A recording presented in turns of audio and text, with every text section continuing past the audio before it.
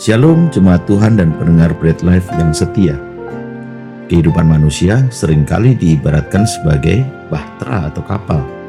Kadang-kadang tenang seperti kapal di tengah samudra tanpa ombak, dan kadang-kadang bergelora karena badai yang sedang mengamuk.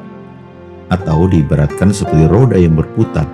Kadang-kadang kita di atas, kadang-kadang kita di bawah. Kadang-kadang kita kuat dan kadang-kadang kita merasa lemah, tidak berdaya. Atau diibaratkan dengan musim yang senantiasa berubah-ubah. Panas, dingin, hujan, kering, dan seterusnya. Memang pada kenyataannya tidak dapat disangkal bahwa semua manusia pernah mengalami situasi seperti tersebut di atas. Bahkan Elia, seorang nabi di kerajaan Israel Utara pada zaman pemerintahan Raja Ahab, juga mengalami hal yang demikian. Namun dengan tegas Alkitab menyatakan pula bahwa dalam setiap musim kehidupan, apakah itu saat kuat atau lemah, suka atau duka, sehat atau sakit, Tuhan selalu ada dengan segala pertolongan dan mujizatnya bagi orang percaya. Dalam 1 Raja-Raja 18-19 ada 3 babak kisah Elia. Babak pertama, Elia yang merasa kuat dan menantang Nabi Baal. Peristiwa ini terjadi di Gunung Karmel, di mana Elia menantang para Nabi Baal untuk membuktikan siapakah Allah yang benar, Tuhan atau Baal. Setelah para Nabi Baal gagal memanggil api dari dewa mereka, Elia berdoa kepada Allah dan api turun dari langit membakar persembahannya, membuktikan bahwa Tuhan adalah Allah yang benar.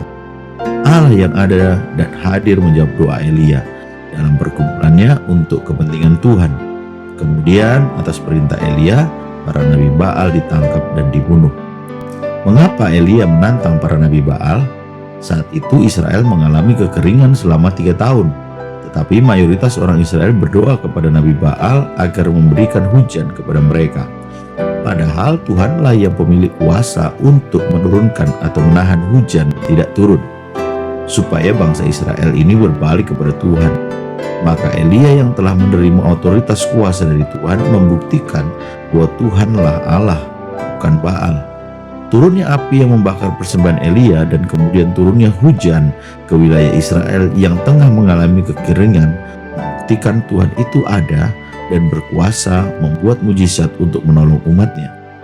Setelah bangsa Israel melihat itu, mereka mengaku Tuhan adalah Allah yang hidup dan hadir bagi mereka. Babak 2. Elia yang merasa lemah dan ingin mati. Setelah peristiwa di Gunung Karmel, Elia merasa terancam oleh Ratu Isabel yang hendak membalas dengan kematian nabi-nabi Baal dan melarikan diri ke padang gurun. Ia merasa lelah secara mental dan fisik, serta merasa usahanya sia-sia. Ia merasa sendirian dan tidak ada yang peduli padanya. Nabi sekalipun bisa mengalami keputusasaan dan ingin menyerah. Namun Allah tidak meninggalkannya, bahkan dalam keadaan terlemah sekalipun, Ia memberikan kekuatan dan pemulihan melalui malaikatnya. Allah menjadikan roti bakar dan sebuah kendi berisi air, sesuatu yang sangat dibutuhkan Elia saat itu. Padang gurun adalah tempat yang tidak menyenangkan, bahkan membahayakan bagi kehidupan manusia. Di sana pun Tuhan ada dan hadir untuk menolong Elia dalam pergumulan pribadinya. Ia peduli dan mengerti apa yang menjadi kebutuhan Elia dan kita semua. Babak 3. Elia dan manifestasi kehadiran Tuhan. Setelah beristirahat dan diberi makan, Elia melakukan perjalanan 40 hari menuju Gunung Horeb. Di sana Allah berbicara kepadanya dan menyatakan manifestasi kehadirannya dalam bunyi angin sepoi-sepoi basah, bukan dalam angin besar dan kuat yang membelah gunung dan memecahkan bukit-bukit batu. Kita mungkin sering menantikan hadirat Tuhan dalam bentuk yang spektakuler seperti dalam suatu KKR, dalam suatu ibadah raya yang besar, atau dalam peristiwa yang luar biasa. Perlu diingat bahwa Tuhan juga hadir dalam kesendirian kita. Ketika kita mencari Dia melalui doa pribadi, penyembahan pribadi, Tuhan ada dan hadir dalam hal-hal biasa sepanjang kita menantikan Dia. Jemaat Tuhan dan pendengar Bread Life yang setia, hidup selalu diperhadapkan dengan tantangan, dan tantangan yang terbesar adalah diri kita sendiri.